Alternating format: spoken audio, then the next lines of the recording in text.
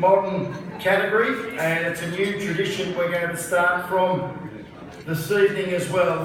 Those of you that were here last year would remember that Kenny Salisbury was the inductee last year in the modern category. So a little like the Brownlow's been mentioned a couple of times tonight, where the previous year's winner gets up and presents Charlie to that year's winner. We'd like to call Kenny Salisbury forward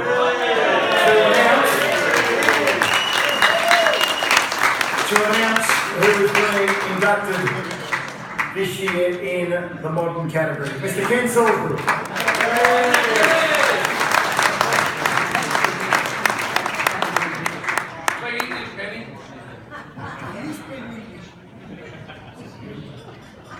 Good evening. Yeah, that was a great speech before. Been 12 months, been 12 short months since I was last up here accepting the award. Especially coming from your peers, it really touches you. And so tonight, Paul Briggs, it's your my favourite.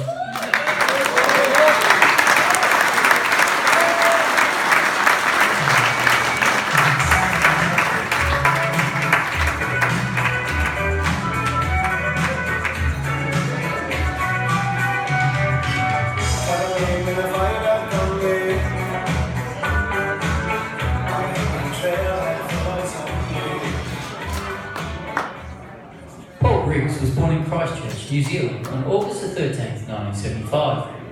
Briggs would later move to Australia and work his way to become the WKA World Kickboxing Champion. His professional boxing debut came on June 19th, 1994 in the middleweight division against 59-fight veteran Ronald Dew over 10 rounds at the Stafford Tavern in Brisbane. The Hurricane defeated Dew, winning by majority decision. After 2.5-year hiatus, Briggs returned to boxing in the light heavyweight division in 1997, losing to Lyle Zada. After another extended spell, he returned to the ring in 1999 and won his next 3 fights via TKO before beating Daniel Rousseau for the IBF Pan Pacific Cruiserweight title in July 2000. A TKO victory of fellow kickboxing convert Tosca Petridis followed before Briggs stopped Adrian Ballon on the 24th of November 2000 to capture the Australian light heavyweight title. From 2001 to 2004, Briggs won 16 straight fights, which included 12 stoppages. Victories included a win over James Green on the undercard of a Manny Pacquiao world title bout in San Francisco, a TKO victory over Paul Smallman for the OPBF light heavyweight title, a 4th round stoppage against world-rated Glenn Colley at the Horton Pavilion, and victories over the 122-8 former world champion Jorge Castro, who Briggs outboxed skillfully to win a shutout 10-round decision. In 2004, Briggs would clash with world-rated Mexican Jesus Ruiz in a WBC eliminator fight. After being dropped in round 2, Briggs won an action-packed 12-round bout. Briggs would then defeat the undefeated 26-0 Stipe Drews to set up a WBC light heavyweight title bout against the 28-0 Polish boxer Tomasz Adamek in 2005 in Chicago for the vacant crown. After one of the most brutal fights in recent memory, Adamek was awarded the 12-round decision that was taken to the wire by Briggs, splitting the points on one of the scorecards. Both fighters gave it their all, and the 8th round was considered one of the rounds of the year in boxing. To be sure he wins this round. Right back with the ball, and he's ready to drop it. The ball is getting ready to go. Briggs is all over him. He finds him on the inside. And Adamek hangs on. The Polish people don't like what they see. The Aussies that are in attendance love it. Andrew Bellum has come all the way here from Melbourne, and he is thrilled. Paul is waiting. He's patient. He's supremely confident. He knows what he wants to do, and he's not losing his cool. And now he says, come on, fight me. The Polish kid doesn't know what he's saying, but he knows what Paul is talking to him. 28 seconds, 27 seconds. Paul is supremely confident, but he's behind in the fight. Don't fool with this guy is my advice to you, Mr. Briggs. Don't fool with him. And Paul just shakes him off. This macho stuff is no good for the judges.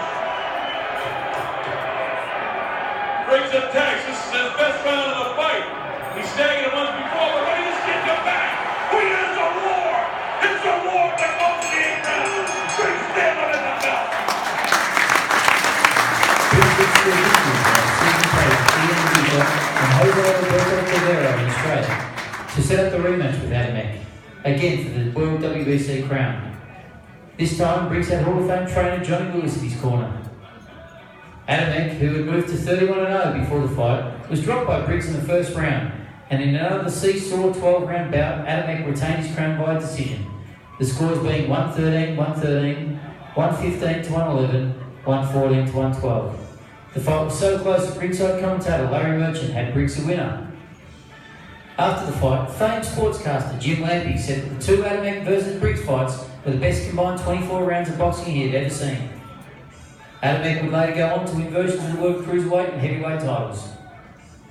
Following two further fights in 2007 and 2010, resulting in a win and a loss, Briggs would retire to bring down the curtain on an outstanding career. The Australian National Boxing Hall of Fame salutes Paul Briggs.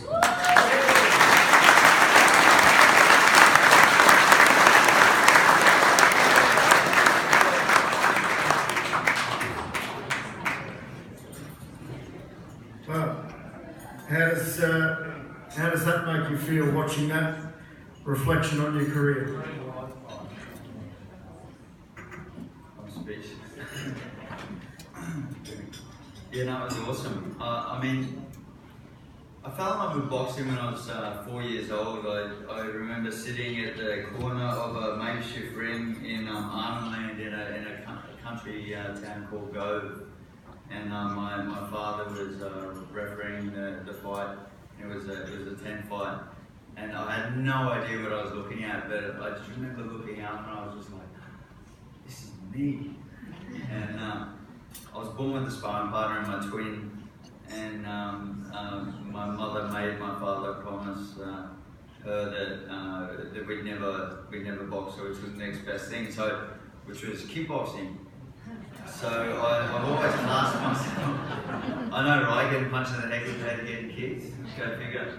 I always classed myself as a boxer that kickboxed, not the other way around. And I just really completing my boxing career was really me just completing a dream. I remember being 14 years old and looking up on the wall of my bedroom, and I used to have the Sugar Ray Leonard, Thomas Hearns, you know, Ring magazines sort of cutouts all over my wall, and I sit there and look at them and just think, wow, those Ray's gloves, you know, and they're fighting on HBO, and I ended up getting sponsored by Ray's, and I ended up fighting on HBO, and that in itself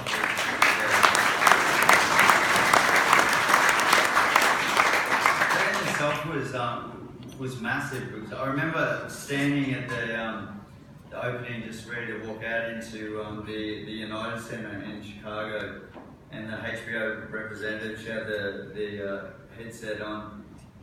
She just put her hand up to the ear like this, and she turned and looked at me and she said, "There's 265 million people watching you right now, how's it feel?" I was just like, wow. You know, so I got good memories. I didn't become champion, but I know what it's like to get up there, and that knowledge is what I now take and sort of pass on to my own charges that are coming up, and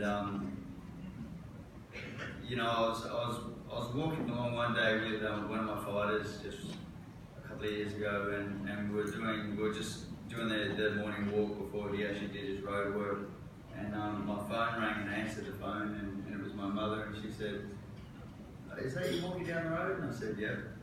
She goes, "Who's that walking with you?" And I went, she goes, "That's not a boxer, is it?"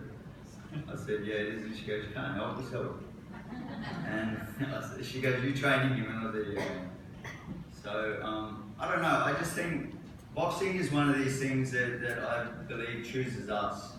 I don't really think, and I think every fighter in here would agree. I don't think we really choose boxing. I think boxing chooses us, and I think it's an incredible craft that each individual boxer creates their own individual art out of. It's been an absolute honour to be able to learn it and to be able to continue doing it. And with my new gym that I've opened on the Gold Coast at Miami, I've got a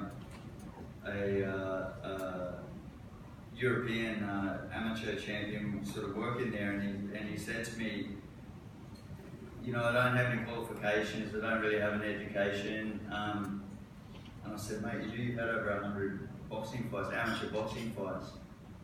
I said, that's like a PhD, and he said, yeah, you know what, you're right. And I said, so what do you want to do with the rest of your life? And he said, this. I said, you know what, me too, buddy. I'm going to be doing this till they lower me into the ground. I'm not sure how many people out there could say that, you know, from when they were 4 years old, something really took their breath away, and that's what they want to be doing until they get lowered into the ground, but I can definitely say that.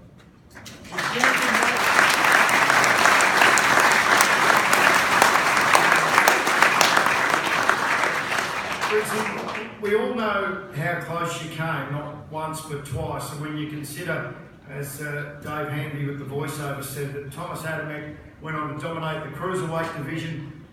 For God's sake, he fought Vitaly Klitschko and went 10 rounds for the heavyweight world title, and when we were talking at the table before, I think it's only yourself and Vitaly that dropped Thomas Adamek in his career. So did you retire satisfied with just coming so close twice on the wrong side of a majority decision? And how often have you reflected on how close you did actually come?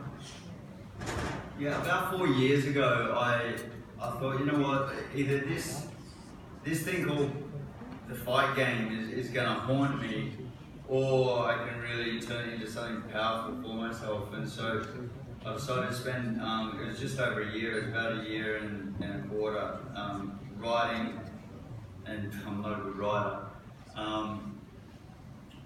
just writing out like a brief summary of every fight that I had, and I had 109 in my life, all up, kickboxing and boxing, and which is sort of hard with a boxer's memory, but it took me about a year and a quarter to do, and it was absolutely incredible. I realised how much I'm just head over heels in love with the sport, and I realised how much it has not just saved me, but it's been something so incredible for me, and I'm sure I'm speaking in a voice that just echoes, you know, the sentiment of so many fighters sitting in this room today, you know. Yeah, it's just, it's not something that you can really explain to somebody, you know, but I'm not sure if I'm answering your question, but yeah, it's just incredible. And you know, if you've got to the heights like a lot of these gentlemen in here have, and I use that, I don't use that word loosely, gentlemen, you know, because as far as I'm concerned, I haven't met a warrior yet that was not a gentleman, you know, and that's something that is so powerful about this sport, is the fact that to step into the ring, there's a level of understanding that you have to come to with regards to being a man, and that sort of elevates you to the status of really understanding respect.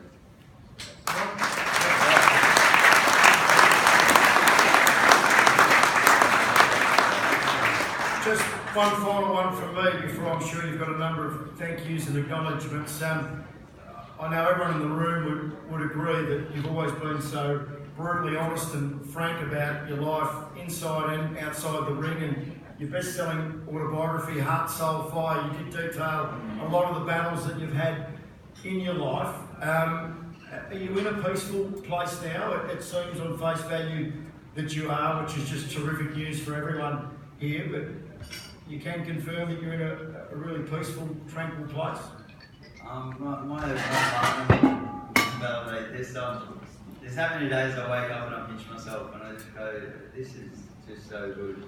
You know, I get to wake up in the morning and live my dream continually every single day when people are going to work and earning a living doing something that they don't really like. You know, since I was 4 years old, have had this love affair, and I'm still in love. So, yeah.